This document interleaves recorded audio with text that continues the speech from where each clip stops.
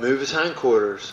The looser you get their body parts, their feet, because that's what happens. His feet got stuck. Yeah.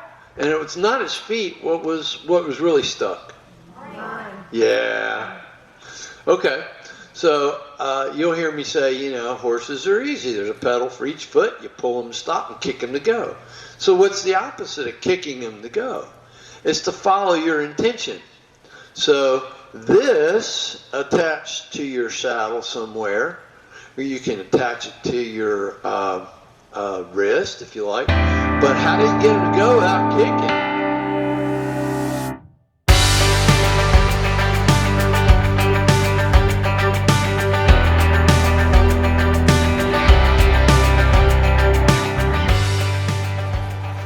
So some of y'all went for a ride? Cool. So you must have felt that your horses were ready to get on. Very good. Huh? How did it go? Yeah, how'd the ride go? Good. It went well. We have questions about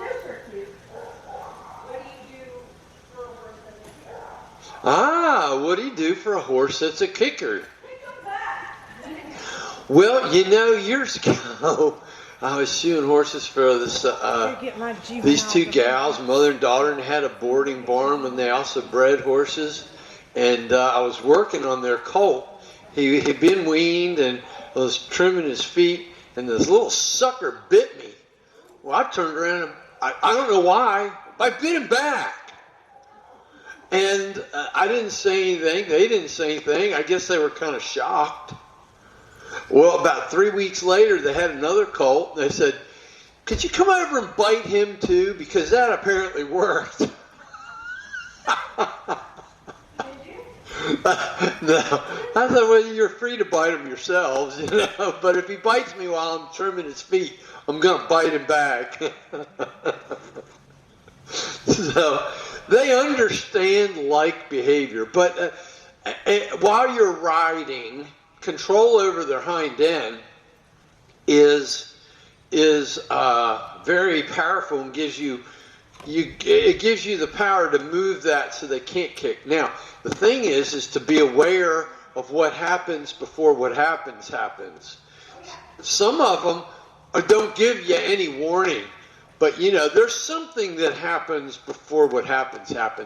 And now, look, see, Rush is worried about over there, so I'm gonna bring him back to me. Okay, because he's only 3. He's coming 4. He'll be 4 in another month or so. But control over the hind end is really important, and that's where you can. I'm going to do a clinic on in a couple weeks about refinement for the trail horse. The road. I want to call it the road to refinement. I don't know what Penny's called it. She called it something else. But it's how to refine your movements on the trail for the trail horse, and how to you get collection and why and where and the things that you can use it for. So, but that's one of the things that we'll do. But I'll show you a little bit here. So. Okay, I've got my horse. I've been riding him for a couple days. I'm saddled. I'm ready to go. I just pulled him off the trailer, and everybody's ready to ride except me. I'm a little behind. How do I don't have the time to check my horse out completely to see what emotional state they are in or how well they're going around in the circle. I just have a few moments. So how do I check that out to know whether my horse is ready to ride? It's all your horse carries their athletic ability in the front end, and they carry their emotions in the hind end. Okay? Because when they feel trapped, they're going to kick or run away. Okay? Out in the wild, if they're compromised in the back end and the back legs or in the flank, they'll die. They know that. So anything that happens with their hind end, they get very emotional about. Now, For a horse to allow you to ask them to cross their back feet, move in there away to cross their back feet. You see, when he crosses his back feet, he cannot run away from me. Okay? He can't run until he gets his back feet together, and then he can scoot and go away. Then he's very powerful. So, okay, did you see him gather himself up? He was a little worried about that. So I have to work on getting him to move his hind end away. When he moves his hind end like this, he's emotionally ready for me to get on and go somewhere. Now, if he bunny hops or hops around behind or won't cross his back feet, just shuffles, he's not emotionally stable. Okay? In his mind, he's saying, I can't let my guard down. Okay? I can't let my guard down. Now, I don't use a flag with him much. See how he's jumping and wiggling around a little bit? He's flinching. He's still not ready. So that tells me I got to do more with that. But this is the way he's been since he was a baby. He's very protective over his flank. Okay, very, very protective over it. So if I just touch him back here, I need lots and lots more time. But I spend hours rubbing his flank and getting him good, getting him relaxed over it, which is a long way from where I got when I got him when he was a baby. If you got back there, he'd kick the snot out of you. Okay, so I want to check and make sure he can move his hind end around. Not just one direction, but both directions, okay? So just based on that, I would say if I got to the trail ride and everybody was leaving, and I could get both directions, just like that, really relaxed, he's ready to go. I can get on him and ride him. And then work through the rest of the problems as I go, if there are any. Now, it doesn't mean that something won't arise to cause him to be that way, but I can monitor it and know that I'm relatively assured that I can handle what else is coming. Okay? So, as with anything, I want you to know that, and I saw somebody had a flag earlier and they were kind of walking along out in front. Okay? Horses hate things that move and make noise. And when you start, it's always better to go away from them. Okay? When it's going away from you, or them, they feel much more comfortable at chasing it. Okay? Now when I turn around, oops, did you see the change? Okay? And when I turn back around, so now this is more pressure. I need to get him to follow the pressure. Know that it's okay. Okay? But if I come at him, it's even more pressure. But I want him, I'm going to do the same thing I did with the stick and string. When he puts his head down and relaxes, that's when I'll slow down. The head goes up, I'm going to keep going. I'm going to keep going, keep going. I'm going to keep going. Anytime now you can put your head down. Anytime you can put your head down. Maybe I need to back up and go a little bit. Walk away from you. There it goes. Very good. Okay?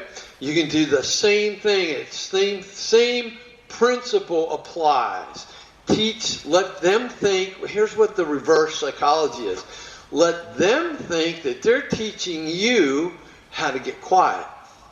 Because in our human world, we think if our horse is upset, we're going to go, oh, it's okay. It's okay. That doesn't work, does it? No.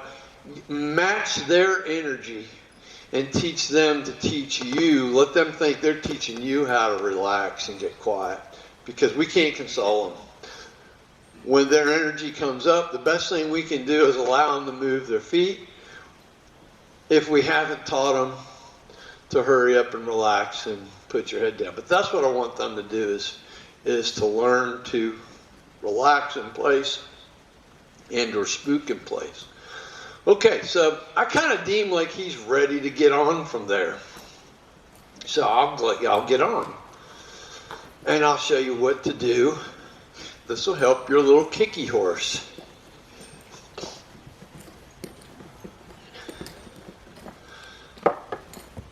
There we go. Yep.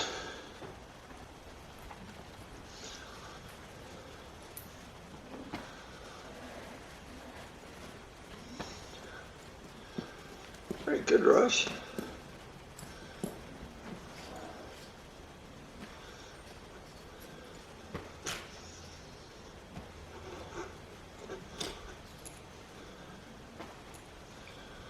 Yeah, and if you want to whack the ground with your stick and string, you're more than welcome to.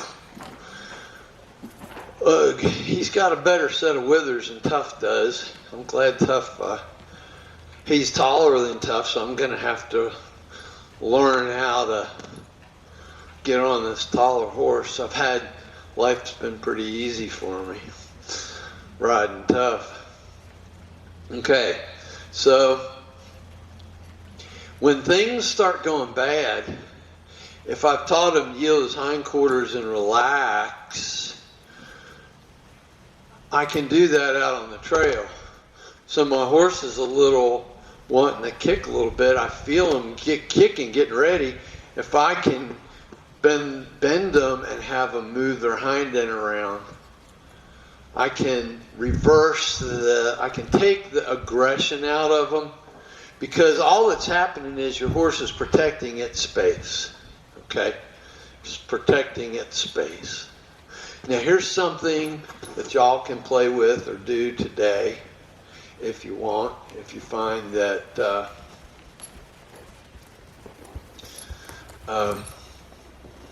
you're out on the trail and you've got a horse that's having issues running up. Let's say,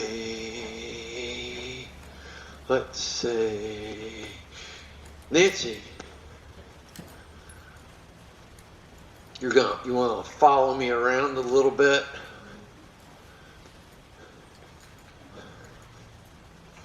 So Nancy's riding Jet down the trail, and Jet's getting a little too close, okay?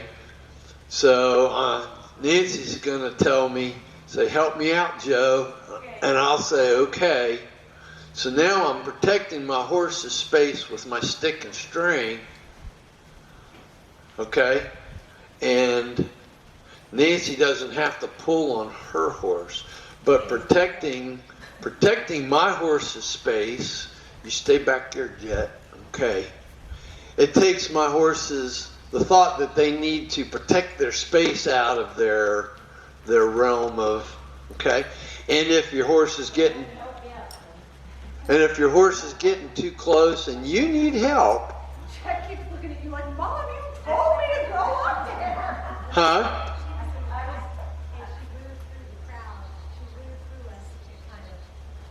Uh-huh. Right. It just. The ears were already back. Okay, so if the ears were already back, you need to be doing something. So. And that's going to be my next question. Yeah, you need to be doing something. You need to be able to push your horse away.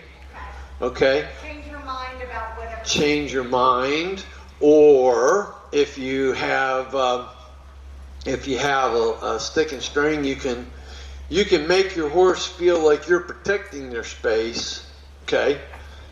How do I carry my stick and string? I might put it under my leg. I would suggest not do the string. Yeah, don't carry your string with you. You can just carry your stick. Because the string gets hung up under your horse's tail and they go bucking if you haven't prepared them for all that. So Yeah, if you haven't prepared your horse for a string or a rope up under their tail, Tammy, okay, that could be an issue.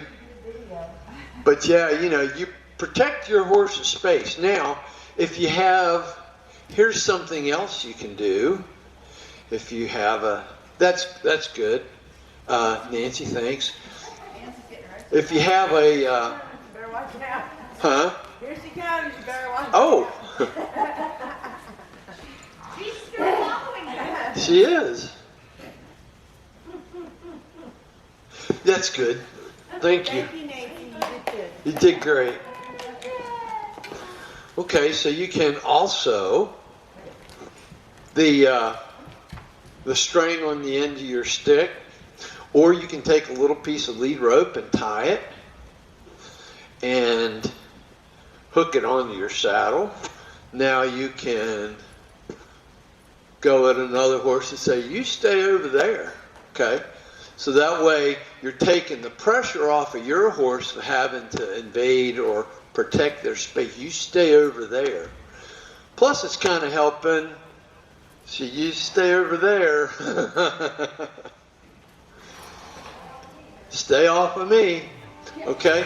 But you got to know what's happening before what happens.